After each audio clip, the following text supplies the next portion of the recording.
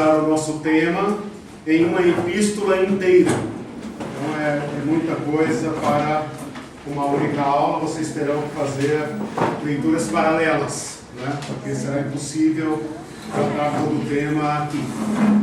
Vamos orar. Senhor nosso Deus, nós te agradecemos, Senhor.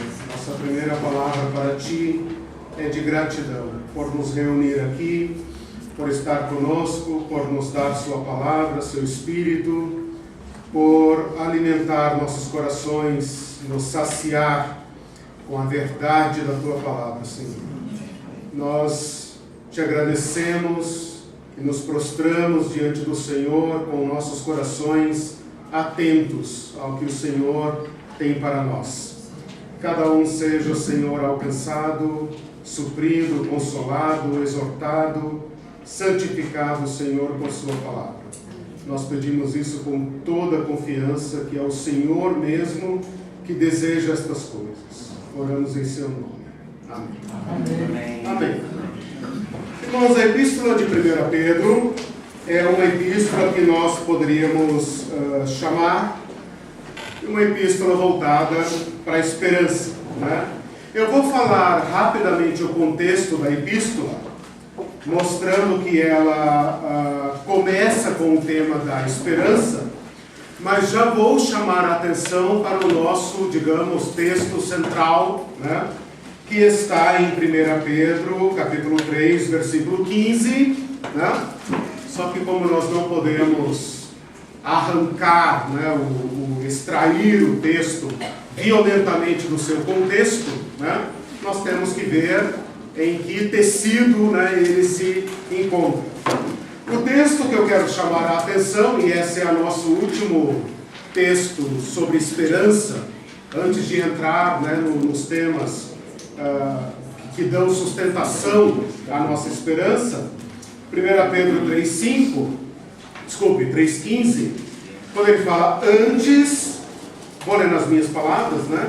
Santifiquem a Cristo como Senhor em seus corações, estando sempre preparados para responder a todo aquele que vos pedir razão da esperança que há em vós. Então esse é o texto central, né? É aqui que nós queremos chegar e desenvolver. Mas antes disso, então, vamos conhecer a epístola, né? E qual é o seu teor e por onde ela anda. Ela começa saudando os irmãos. Essa é uma epístola que nós poderíamos chamar de circular, né? Porque se você observar no versículo 1, ele fala aos eleitos que são forasteiros da dispersão, ou seja, a igreja espalhada, né? Que está em Ponto, Galácia, Capadócia, Ásia e Bitínia. Esses locais são cidades e regiões, né, que se encontrariam hoje na Turquia. Então, uma região de igrejas, basicamente igrejas às quais Paulo não evangelizou, não fundou, né? Então Pedro aqui está fazendo, digamos, uma complementação, né? Como as igrejas do sul eram visitadas e assistidas por Paulo, Pedro está escrevendo as demais igrejas, né? O único nome aqui familiar é Galácia, né? Nós temos uma epístola de Paulo aos Gálatas, né? E daí ele fala, né, eleito segundo a presciência de Deus, em santificação do Espírito, para obediência, tal, graça e paz vos sejam multiplicadas. E agora ele começa com uma adoração a Deus, dizendo: bendito o Deus e Pai de nosso Senhor Jesus Cristo, que segundo a sua muita misericórdia, nos regenerou para uma viva esperança, mediante a ressurreição de Jesus Cristo dentre os mortos. Aqui ele já entregou tudo, né, que ele quer dizer. Bendito o Deus e Pai, a nossa esperança vem dele, não vem de nós, é da graça e não da nossa própria produção, da nossa própria projeção, que segundo a sua muita misericórdia, graça, nos gerou de novo, né? Nos deu nova vida, e essa vida se alimenta de uma esperança viva. Então aqui ele já falou da esperança que é o nosso modus de viver, né? E já falou também que se trata de uma esperança viva, e não uma esperança que perece, uma esperança sem conteúdo, calcada no nosso otimismo, né? E ele fala mediante, ou seja, essa esperança se apoia em a ressurreição de Jesus Cristo dentre os mortos. Ora, se Jesus Cristo morreu e ressuscitou, ele se torna a nossa esperança, então a nossa esperança tem a mesma qualidade da vida de Jesus Cristo. Essa palavra viva esperança tem o mesmo significado da vida de Jesus. Quando fala eu sou a vida, né? Ele é a vida, a luz dos homens. Então a nossa esperança se alimenta da vida de Jesus. Se Jesus Cristo está vivo, temos esperança. Se ele não ressuscitou, como Paulo fala em 1 Coríntios 15, né, versículos 19 e 20, é vã a nossa fé, né? Não temos esperança nenhuma. Qualquer esperança será apenas especulação ou mero otimismo. Ele nos ressuscitou para uma esperança viva mediante a ressurreição de Jesus Cristo, versículo 4, para uma herança incorruptível, sem mácula, imarcessível, reservada nos céus para vós outros, que sois guardados pelo poder de Deus, mediante a fé, para a salvação preparada para revelar-se no último dia.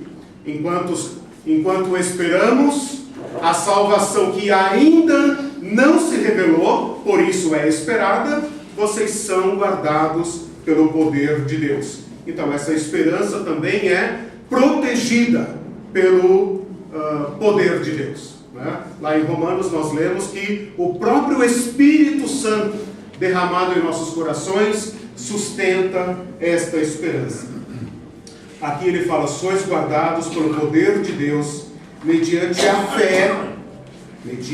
fé, para a salvação preparada, lembra de Romanos 8? Na esperança fomos salvos. Ora, a esperança que se vê não é esperança, pois o que alguém vê, como o espera, né? A esperança preparada para revelar-se no último dia. A esperança é como uma sementinha que está incubada aí na terra do seu coração. Ainda não produziu, ainda não se tornou árvore, né? É apenas uma semente plantada aí. É muito interessante o versículo 4, quando ele fala herança incorruptível, sem mácula, imarcessível. A palavra marcessível formou a nossa palavra murchar, né?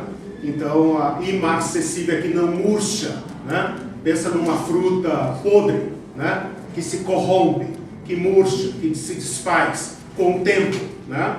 Então a nossa esperança incorruptível é o contrário de corruptível, o contrário de mortal, de perecível, né? Então a nossa esperança é viva, aponta para algo que ainda não chegou, que é incorruptível, sem mácula, sem defeito, não murcha, reservada no futuro, a salvação que há de revelar-se. Enquanto isto, aguardamos com uma esperança viva, tão viva quanto Jesus Cristo está vivo, guardados sob o poder de Deus.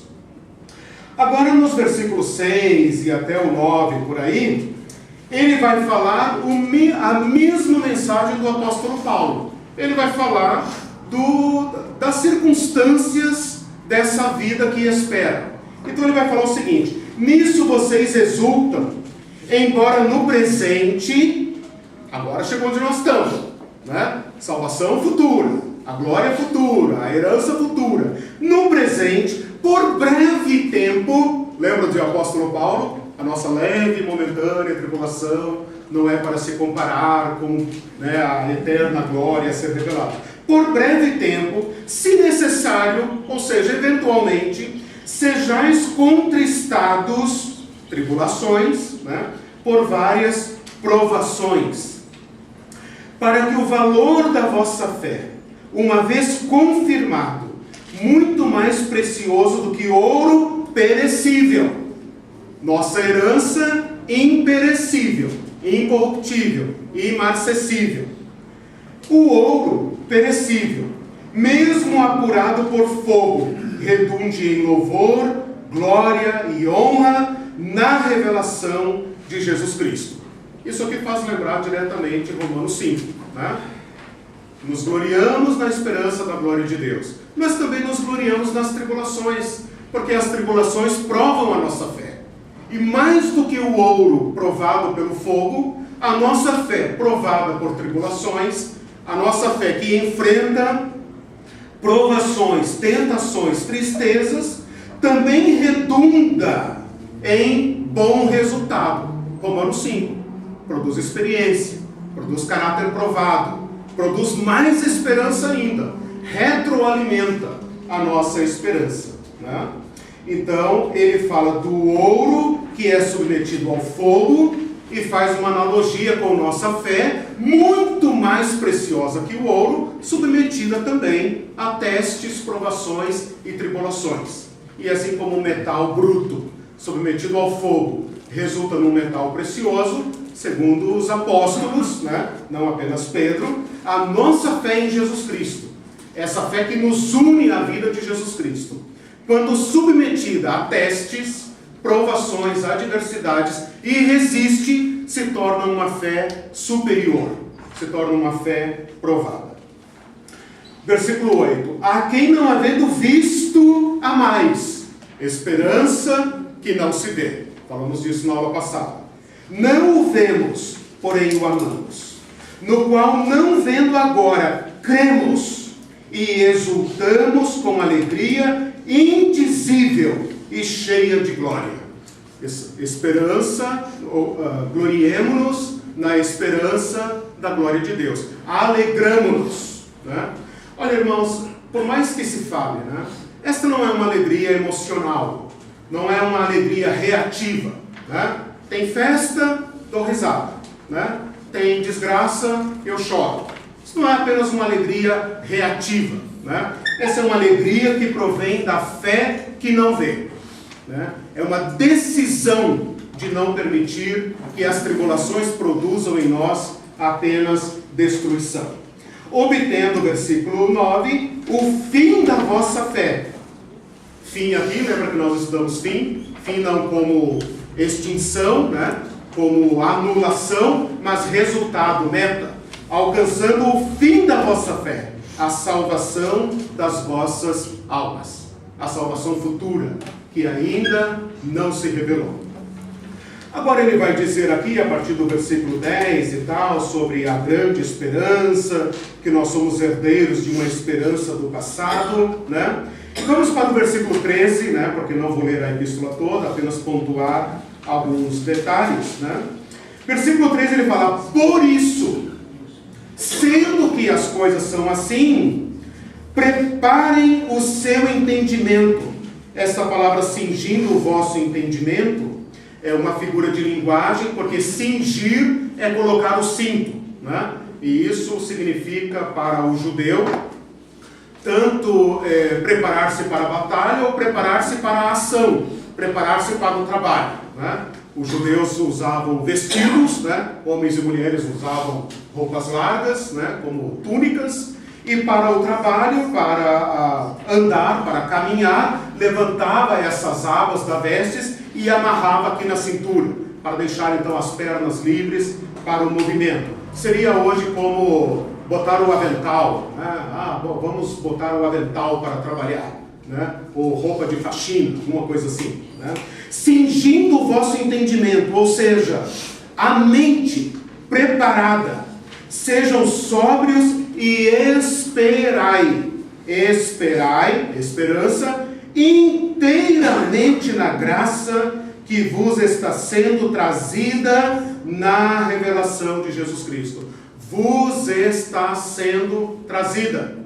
Nós estamos antecipando. Ele falou aqui no versículo 7, redunde em honra, glória, etc., na revelação de Jesus Cristo. Futuro. Mas isso nos está sendo trazido. Na esperança nós vamos antecipando esta participação na glória de Deus. Esperai inteiramente na graça. Não esperem, a frase oposta, né? Não esperem em nenhuma outra coisa, em nenhum outro recurso, que não seja o Senhor Jesus Cristo. Ou seja, coloquem toda a sua esperança nele. Percam as outras esperanças. Desesperem-se das outras esperanças. Né? Paulo tem um versículo, acho que em Coríntios, que ele fala: nossas tribulações foram de tal maneira que perdemos toda a esperança, para que a nossa esperança estivesse em Deus, que pode trazer até os mortos à vida de novo. Né? Então é interessante como as tribulações têm o condão, né, de cortar nossas raízes, né, como se nós fôssemos assim, né?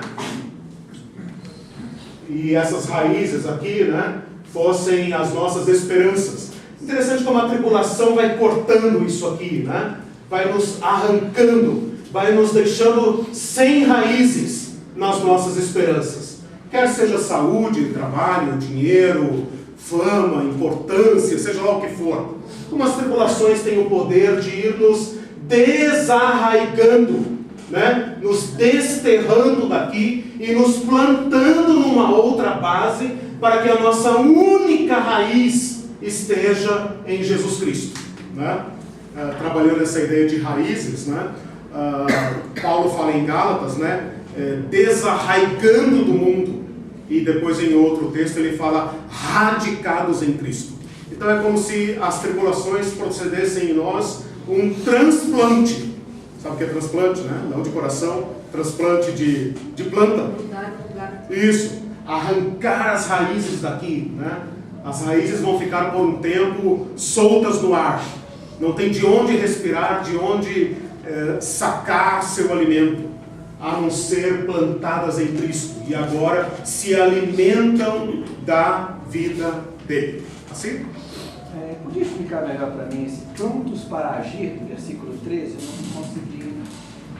Que ação é essa? Cingindo o nosso entendimento. Interessante. Cingindo o entendimento. Né? Estamos exatamente aqui, né? Nos versículos em que ele vai dizer como fazer isso. Mas o importante aqui por enquanto é o seguinte: à luz da esperança, preparemos-nos para a ação. Né? Ele vai dizer a ação aqui, poderíamos, ler os próximos versículos, né? Não vou ler tudo, mas no versículo 14 ele fala: como filhos da obediência, não vos amoldeis às paixões que tinhais anteriormente. Pelo contrário, segundo é santo aquele que vos chamou, tornai-vos santos também vós mesmos em todo o vosso procedimento. Porque está escrito: sede santos porque eu sou santo. Então uma resposta, digamos, breve, simples do texto, seria isso: à luz da esperança, repudiar mentalmente os padrões antigos e acatar, aderir, agarrar, né, os novos padrões. Isso se faz à luz da esperança.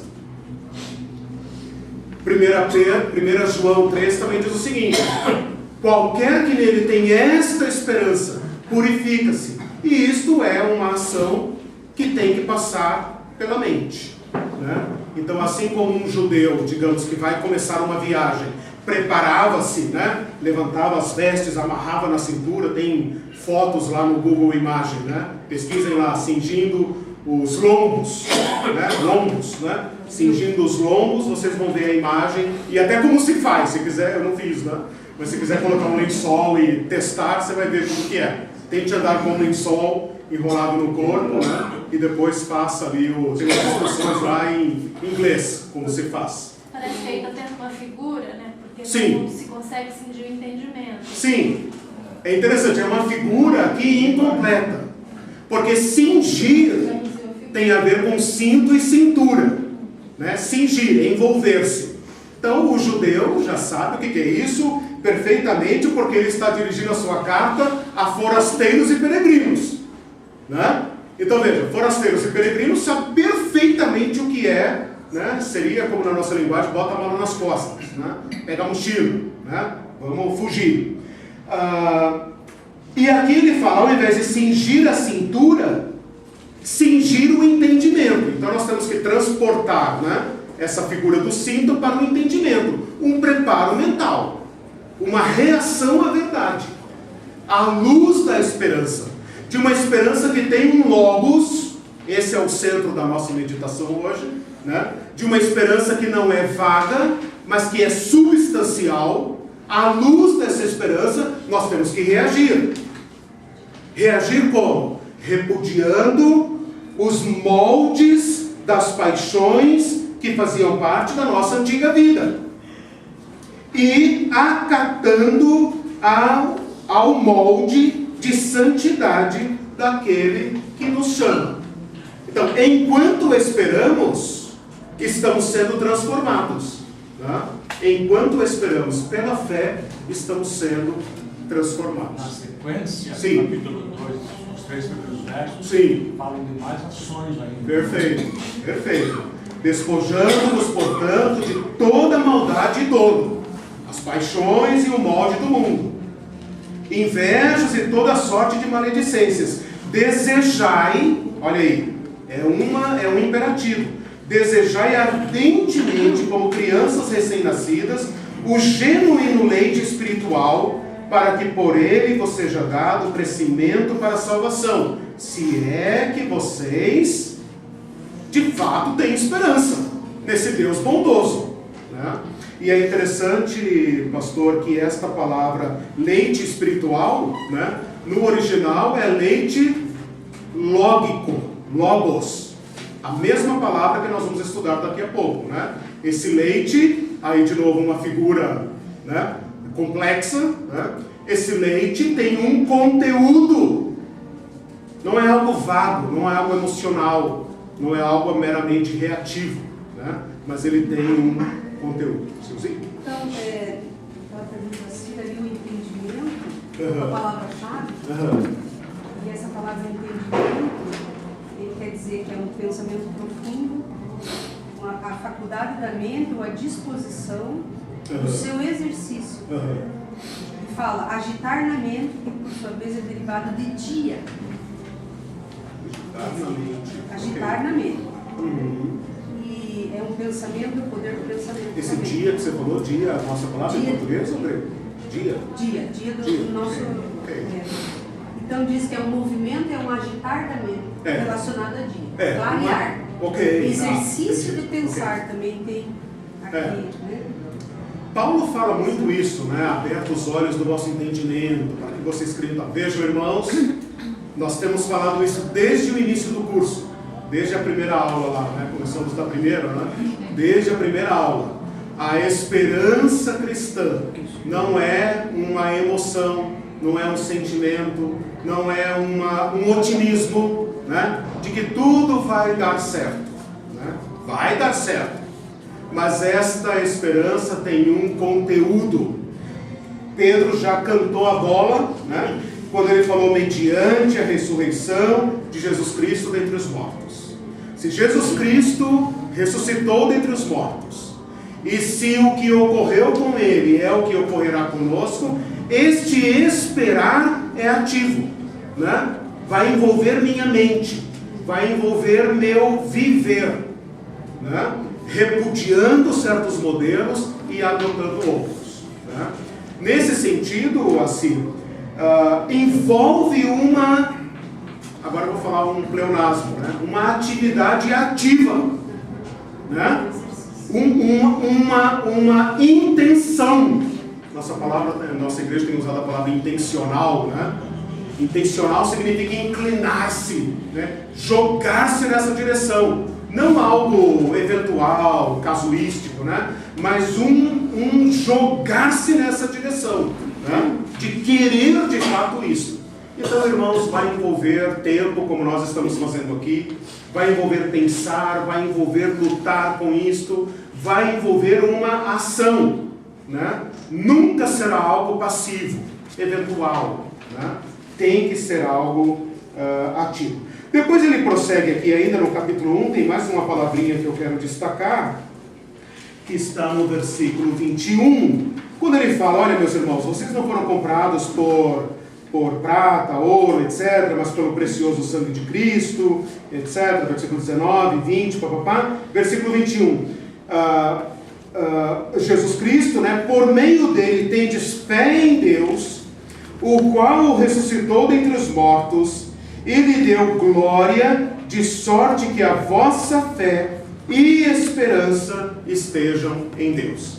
É aquilo que eu falei aqui da raiz, né? De modo que toda a nossa busca, tudo aquilo que a raiz busca para a planta, tudo aquilo que nós buscamos para viver agora, provenham de Deus e não de nenhuma outra fonte. É claro, irmãos, que nós vivemos buscando saúde, bem-estar, conforto, segurança, etc. e etc. Mas tem que chegar um momento em que estas coisas sejam para nós eventuais. Como Paulo fala em Filipenses, né? De modo que ter ou não ter, minha esperança está em Deus. E Deus cuidará de fazer isso. Né? Quando Ele toca na nossa saúde, Ele está cortando uma esperança nossa. Né? Quando toca nos nossos bens, está testando o nosso coração, né? Para que a gente vá se desligando destas coisas, né? Desligando, possuindo como quem não possui, né? Usufruindo como quem não usufrui, chegando a um ponto em que as tribulações não nos separam, Romanos 8, não nos separam do amor de Deus que está em Cristo Jesus, por amor do qual já perdi todas as coisas, disse o apóstolo Paulo, né? Perdemos todas as coisas. Bom, ele continua aqui dizendo e tal, né? É necessário que vocês façam uma leitura rigorosa desse texto, né? Eu vou pular lá para o capítulo 2, quando ele fala que nós devemos ser pessoas que enfrentam bem o sofrimento. Ele está escrevendo para uma igreja que está com a mochila pronta para fugir, peregrinos e forasteiros. Ele está escrevendo para uma igreja que não tem suas casas, suas fazendas e tal, né? Por isso que o judeu se tornou um grande economista, né? Porque não pode ter nada, tem que ter a bolsa na mão, né? Por isso se tornou o dono do capital do mundo, né? Versículo 11: Amados, exorto-vos como peregrinos e forasteiros que sois. A mochila pronta para fugir, né? Como o povo de Israel no Egito. Versículo 15, peraí, deixa eu ver, naquilo que fala contra vós, versículo 12, vamos lá. Mantendo exemplar o vosso procedimento no meio dos gentios, para que naquilo que falam contra vós como sendo malfeitores, observando o vosso bom procedimento, glorifiquem a Deus. Sujeitem-se às autoridades, versículo 15, essa é a vontade de Deus, que pela prática do bem façais emudecer aqueles que perseguem a vocês, né? Aí ele fala aqui do exemplo de Cristo, né? Versículo 19, isto é grato que alguém suporte tristezas, sofrendo injustamente por motivo da sua consciência para com Deus, pois que glória há se você sofre porque está pecando. Ora, se você pisa na bola, né, apronta poucas e boas e sofre por causa disso, problema teu, isso não tem mérito nenhum, né? Tem muito crente que apronta pra caramba, aí sofre perseguição e zombaria e etc, e acha que está sofrendo por amor de Cristo. Não está, né? Está sofrendo porque não é pontual, não honra os negócios, não tem bom nome, né? Não se comporta bem, paciência. Mas ele está dizendo aqui, que glória há, versículo 20, se pecando, sofreis por causa disso. Mas se, entretanto, quando praticais o bem, sois igualmente afligidos, então suportem isso com paciência, porque isso é bom diante de Deus, segundo o exemplo de Cristo. Versículo capítulo 3, ele vai dar recomendações para o lar, né? Dizendo, seguindo mais ou menos a estrutura do apóstolo Paulo. Capítulo 3, versículo 8. Finalmente, sede todos de igual ânimo, compadecidos, fraternalmente amigos, misericordiosos, humildes, não pagando mal por mal ou injúria por injúria, antes pelo contrário, bendizendo, pois para isto fostes chamados, a fim de receberdes bênção por herança. Paulo está dizendo aqui em todos esses textos, do livro todo, como é que se espera a salvação, como é que se espera a glória futura. E isso requer, né, uma mente pronta, atenta, né? Isso aqui está de acordo com o modelo de Jesus ou não? Esta perseguição que eu estou sofrendo é porque eu sou relaxado ou é porque as pessoas não suportam a minha conduta honesta, correta, honrada, né? Será que eu estou dando motivo para que as pessoas blasfemem de Cristo por causa do meu procedimento? Ou será que eu estou vivendo na luz do Senhor e mesmo assim estou sendo hostilizado por causa da minha mansidão, do meu respeito, da minha seriedade, da minha conduta, né? Esse é um exame que ele está nos chamando a fazer. Então chegamos no nosso texto, né, fundamental. Passando dele, ele volta aos mesmos temas, né? Capítulo 4, ele vai falar ali a partir do versículo 7 dos dons da igreja. Versículo 12. Vamos ler lá, capítulo 4, versículo 12, só para terminar esse panorama. Amados, não estranhos o fogo ardente. Lembra do fogo que prova o ouro? Vocês estão reclamando do quê? Não estranhem, né? O fogo que arde entre vós, destinado a provar-vos, como se alguma coisa extraordinária vos estivesse acontecendo. Vocês estão desesperados por causa disso, estão fazendo campanha de oração e jejum, amarrando o capeta, né? Por causa das tribulações, como se alguma coisa extraordinária estivesse acontecendo. No capítulo 5, versículo 9, ele fala: resistam firmes na fé, resistam a Satanás, firmes na fé, certos de que sofrimento iguais aos vossos estão se cumprindo em todos os cristãos do mundo todo, da história toda. Então é outra perspectiva a respeito do sofrimento. Voltemos para o capítulo 4, versículo 12. Destinado a provar-vos. Pelo contrário, alegrem-se. Pedro estudou com Paulo, Paulo estudou com Pedro, né? Alegrem-se na medida em que vocês estão participando dos mesmos sofrimentos do seu Senhor, para que na revelação da sua glória, então a sua alegria se torne completa. Ora, irmãos, nosso Senhor sofreu. Nosso Senhor não teve lugar nesse mundo. Nosso Senhor não foi reconhecido. Se fizeram isso ao lenho verde, quanto mais a vocês que são lenha seca. Palavras de Jesus, né? De modo que o seguir a Jesus, por si só, já é uma tribulação. Seguir a Jesus, num mundo que jaz no maligno, em si mesmo, já é uma tribulação.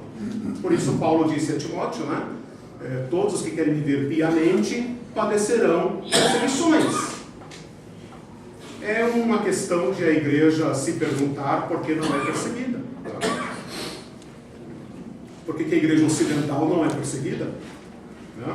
Nós oramos pela igreja perseguida, pelos irmãos que estão sendo enforcados no Irã, regulados na Síria e tal, né? De alguma forma é, né? Porque, assim, sim, outro tipo, né? Não estou querendo dizer que nós estamos deitados na rede, nós somos perseguidos, né? De um outro modo, extremamente perigoso, mais perigoso ainda, porque é dissimulado, né? Mas, talvez uma pergunta para a gente fazer, né? Se nós não somos discretos demais, né? Confortáveis demais, num mundo que jaz no maligno.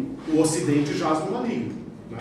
A Europa jaz no maligno, os Estados Unidos jazem no maligno, o Brasil jaz no maligno, né? Seguir a Cristo aqui imporá a nós aflições, né? Resta saber se são aflições por causa de Cristo. Jesus fala: bem-aventurado aquele que for perseguido por minha causa, né? Ou se está sendo perseguido por suas próprias ideologias e bandeiras que não são de Cristo, né? Essa é uma questão séria para pensar.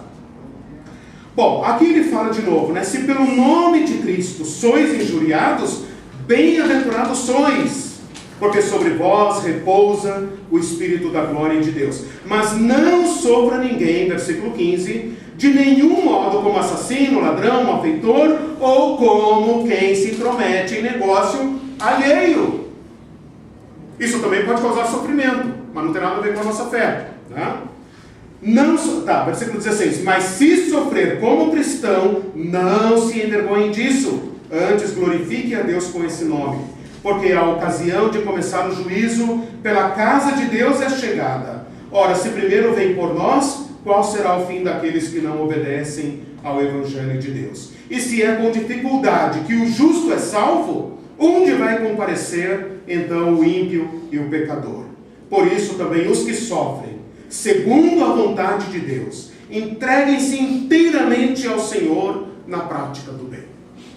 Em rapidíssimas palavras, esse é o teor da epístola. Deixe-me ler apenas o capítulo 5, 10, quando ele fala, o Deus de toda graça. Eu li o 9 aquela hora, falando que todo mundo, a igreja toda, no mundo todo, sofre. Versículo 10, um texto de consolo. Ora, o Deus de toda graça, que em Cristo vos chamou a sua eterna glória, depois de ter sofrido por um pouco versus eterno, sofrimento pouco, glória eterna. Depois de ter sofrido por um pouco, Ele mesmo vos há de aperfeiçoar, firmar, fortificar, fundamentar. Ou seja, enquanto sofremos em fraqueza, na esperança, o Senhor está agindo em nós para nos firmar, fortificar, fundamentar. Nós de nós mesmos não teríamos condições de padecer por Cristo. Mas enquanto em fraqueza, dizemos para o Senhor, Senhor, não temos forças para resistir a isto. O Senhor está nos fortalecendo, firmando, fundamentando. Depois que passa aquela tempestade, a gente fala, uau, como eu pude, como o Senhor operou na minha vida, As pessoas vão olhar para nós e falar, como é que você consegue passar por isso? Você fala, puxa, então é a graça de Deus mesmo, Então é a graça de Deus, Como disse o pastor que fez o nosso casamento, Todas as enfermidades possíveis, todas as tribulações, sofrimento na pele, dor, sofrimento, tudo fazia mal, E na despedida dele aqui do Brasil, uns 5, 6 anos atrás, as pessoas dando testemunho do que a vida dele tinha significado para nós, como ele tinha abençoado e tal. Eu, puxa, então a graça de Deus é maior do que eu pensava. Se Deus pode usar uma pessoa como eu, no meu sofrimento, para edificar tantas pessoas, então de fato a graça de Deus é maior do que imaginava, porque Deus pode usar nossa fraqueza para fortalecer a outros. Bom, fiz um longo panorama da epístola, coloquei os pingos nos is, e perguntas, comentários, reclamações. Interessante. Deixa eu ver o pastor Zacarias, pode falar. Eu acho interessante que o foco da nossa fé tem que estar na esperança, algo futuro. Porque é com esse foco que a gente consegue viver a vida cristã genuína aqui nesse mundo. Se a gente traz o foco para esta existência, como é muito comum hoje, a gente não se conforma com o sofrimento, com nada que esteja dificultando a nossa vida. Então, a ênfase, vamos usar a palavra escatológica, a ênfase escatológica na salvação, da salvação, é uma coisa fundamental para a firmeza da fé. Exatamente. A ênfase desses textos que nós temos lido é exatamente essa. O sofrimento é destruidor. O sofrimento em si, ele é destruidor. Mas o cristão se remete à esperança. Não a esperança vaga, poliana, Sabe o que é poliana, A esperança, tudo está bem, tudo é lindo, maravilhoso, olha o mundo com óculos cor-de-rosa, Poliana foi muito importante no seu tempo, Hoje já ninguém consegue jogar o jogo do, o jogo do feliz, Mas assim, não é uma esperança vaga, não é uma esperança escapista, no sentido de que eu não sou deste mundo, eu não vivo aqui e tal. Não, eu vivo aqui, os sofrimentos, as angústias, mas eu tenho que me remeter à esperança, para viver esta qualidade de fé e esperança, né? Aliás, fé e esperança é o ovo e a galinha, né? Que relação a gente poderia fazer, né, entre fé e esperança, né? Porque a fé tem que se expressar em esperança, né? A fé se fixa em algo futuro e invisível. A esperança é a expectativa da chegada desse algo. É como se fosse uma expressão dessa fé, né? A fé, né, nos remete aqui, né? É como se isso retornasse para nós em esperança, né? Porque a esperança é aquilo que eu tenho agora, né? O objeto da minha fé não vejo, né? Amar a Jesus Cristo sem vê-lo, lançar-se inteiramente nele, apostando, né, para usar uma linguagem, né, comum, apostando todas as fichas nele, de modo que se Cristo fracassar, se fosse possível Cristo fracassar, meu tombo seria desastroso, porque eu não reservei esperança para nenhum outro Salvador. Esta é a questão aqui, né? Não reservei como uma poupança, investimentos, né? Não coloque todos os ovos na mesma cesta, né? Eu posso na poupança, no tesouro, na bolsa, etc. Porque se um fracassar, você tem outro. A esperança em Cristo é um risco total. Total, né? E se a nossa esperança estiver em outras coisas, e está, o Espírito Santo trabalhará para nos desarraigar delas, para nos desgrudar delas, de modo que toda a nossa aposta esteja em Cristo. Se for possível ele fracassar, então a nossa falência será total, né?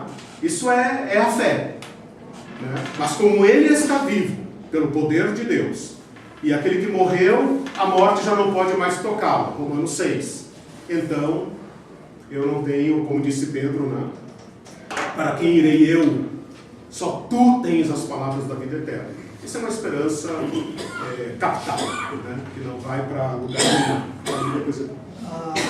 Interessante que a conclusão dessa esperança aconteceu na vida de Moisés. Para ter essa conclusão, Jesus apareceu no monte e ali Moisés testificou de quem era Jesus. A transfiguração, você está dizendo? Na transfiguração. Sim, ok. Porque se houvesse, é claro que houve isso na vida espiritual, mas Jesus trouxe para os humanos, dizia, Moisés falou dessa esperança e agora ele...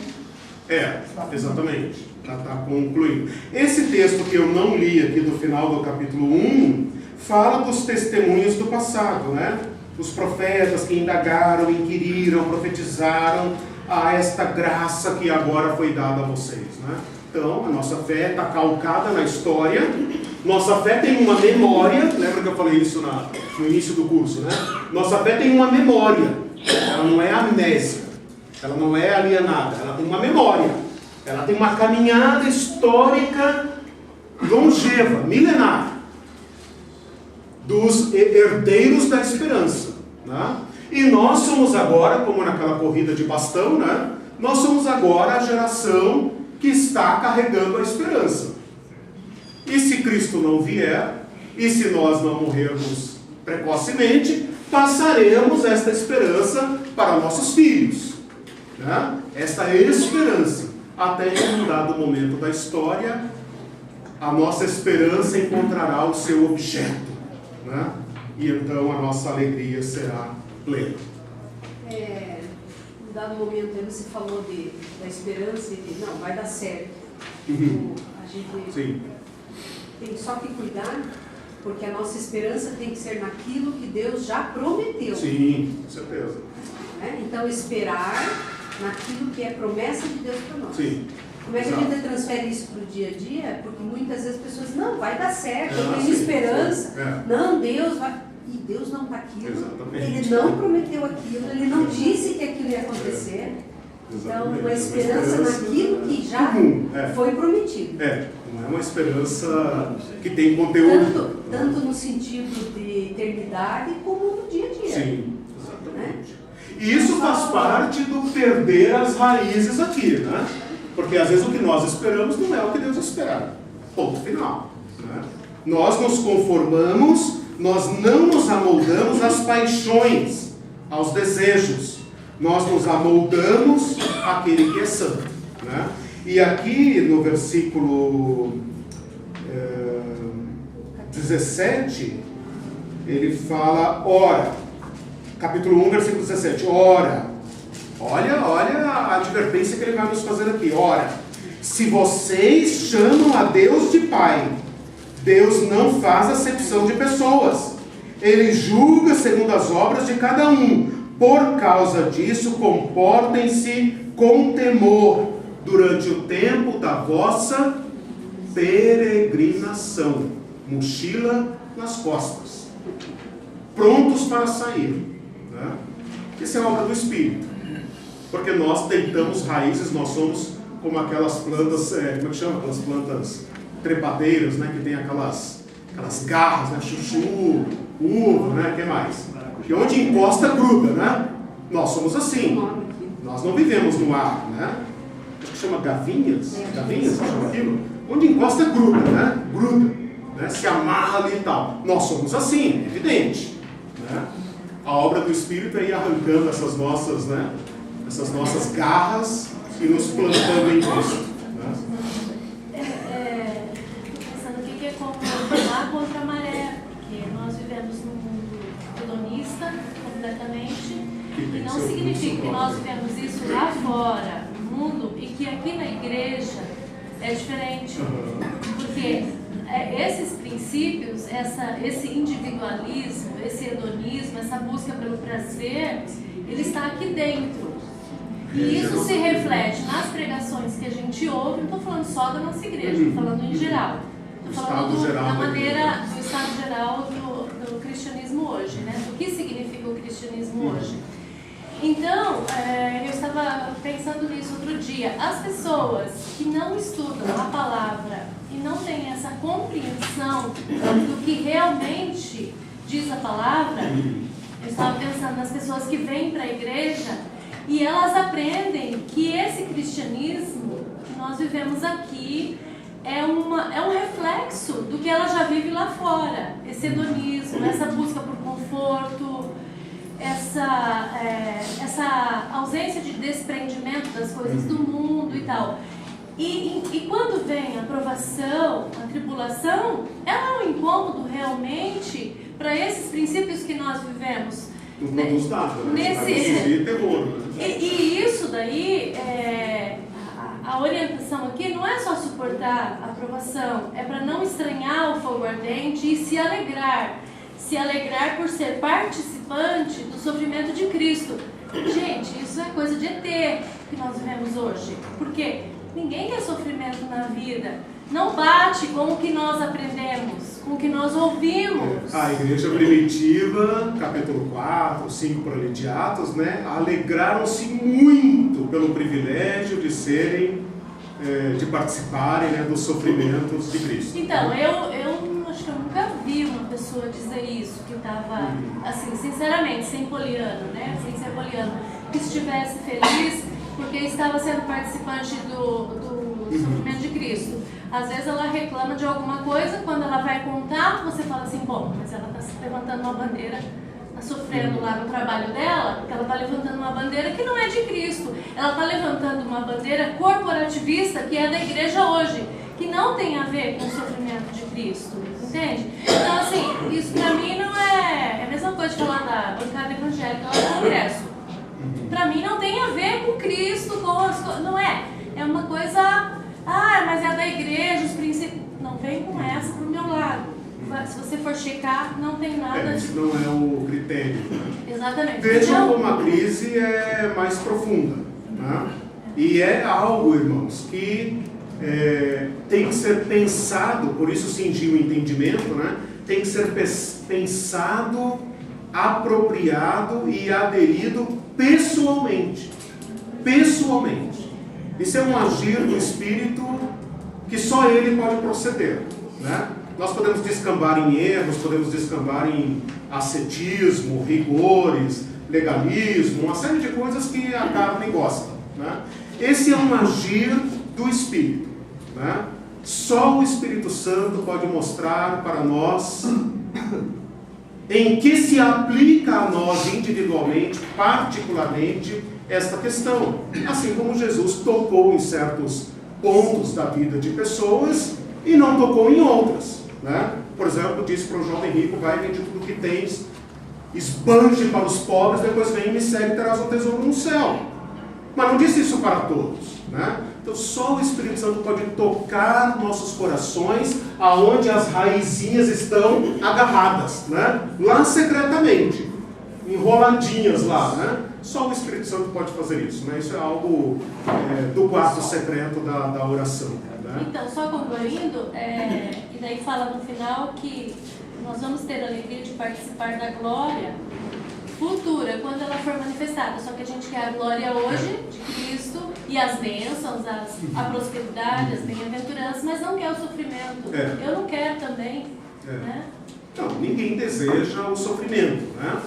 Ninguém deseja o sofrimento, né? Nesses textos aqui nós temos colocado isso. Ninguém busca o sofrimento, mas se no seu entregar-se a Cristo, se no seu seguir a Cristo, isso lhe causar sofrimento, então nós devemos viver, né, como o pastor Zacarias falou, na perspectiva de Cristo, né? Na perspectiva de Cristo, porque Cristo também não buscou o sofrimento. Cristo alegrou-se, bebeu, comeu, foi chamado de comilão, beberrão e pecador, participava de festas, né? No seguir a Deus, chegou um ponto em que a cruz se tornou inevitável, né? No nosso seguir a Cristo, haverá momentos em que não será possível evitar o sofrimento, né? Jesus pediu isso para desculpar. Sim, sim. Não busque o sofrimento, né? Mas o sofrimento na causa de Cristo, à luz da glória, produz em nós um efeito de confirmação, fundamentação, amadurecimento. Mas se há de convir que a pregação hoje não é e que você vem para Cristo não custa nada, mas Sim. depois de Cristo custa tudo para você. Não vem. Né? Vem, a sua vida vai ser diferente. Né? Não estou falando nem dos neopentecostais que já saíram um pouquinho pentecostais. Né? Irmãos, mas é o espírito do mundo, né? Vamos dizer assim, né? Cada geração, lembra que eu falei da corrida de bastão, né? Cada geração de cristãos terá que enfrentar as paixões e o espírito do mundo como eles se manifestam, né? Porque ele falou, o que você está falando, são manifestações do agir da nossa sociedade, ao qual nós temos que, com a mente cingida, né? Com a mente cingida dessas verdades, discernir e enfrentar, né? Diga você também. Mais um destaque, o apóstolo fala da esperança aqui em duas acepções. Esperança no sentido objetivo, ele diz no verso 5, verso 4, final do verso 4, esperança guardada nos céus. Você está no 1, né? Capítulo 1, tá, ok. Você vai lá nos céus para os 4. Esperança guardada nos céus. Esperança objetiva, algo futuro, a glória, a salvação. Sim. E no 3,15, que é o texto básico de hoje, ele fala de uma herança subjetiva. Esperança que há em vós. A expectativa da chegada desse algo jurídico. Dando duas acepções. Esperança como objeto, futuro, longe, e subjetiva. Essa esperança subjetiva, ela se fortalece na medida em que temos consciência dessa realidade objetiva. Algo que nós temos que tocar a mente de molho, como eu tenho dito aqui às vezes, né? Vamos então para 3,15, né? Que eu preciso chegar. Diga, Raquel. Então, só complementando o que você estava falando a respeito de Eduardo de Rosa, eu acho que a grande dificuldade da vida é discernir o que é um sofrimento